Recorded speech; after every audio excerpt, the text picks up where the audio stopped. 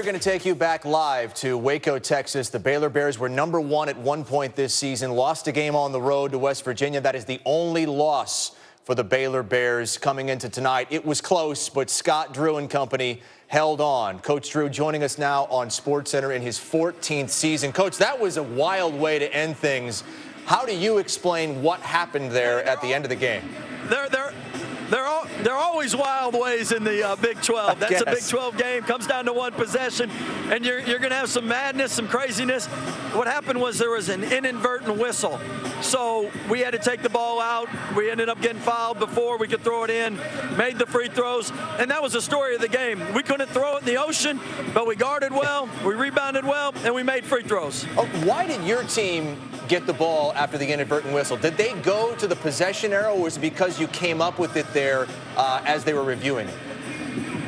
Well, we're the home team, so we should get it. No, I'm joking.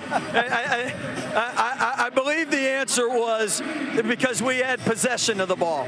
So I didn't care the reason. I just wanted to make sure we had the ball. And when I knew that, that was all I needed to hear. I know you didn't care. It was tight down the stretch, but any win in the Big 12, we know how good this conference is a good win. And now you are tied at the top, as I'm sure you very well know, with Kansas, whom you will play a week from tonight. The winner getting sole possession of first place in the Big 12. I know you've got a game coming up this Saturday out of conference, but how much do you pay attention to what the folks in Kansas are doing?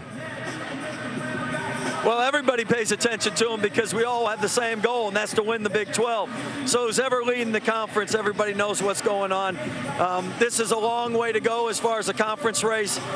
We've had the most games this year decided by one possession. The league's had over 30 games decided by one possession. So we got a long way to go. We just got to keep getting better each and every day. It's a little bit different, though, for you guys. I know they changed this in the last couple years. You're going to take a little bit of a break from conference play this weekend. It's the SEC Big 12 Challenge. You're playing Ole Miss. What do you think of taking that break right in the middle of the season to face a non-conference foe? Well, how about I tell you after the game? If we win, I like it. But it's a great opportunity for the Big 12 and SEC. We're on ESPN. You guys promote it. I think everybody that likes basketball loves seeing interconference rivalries. And it'll help both teams, both conferences with the RPI when it comes Selection Sunday. That's a good answer, Coach. Scott Drew, happy. Got out of Waco with a win, as they always do. Unbeaten at home there in Waco this season. Scott Drew, thank you.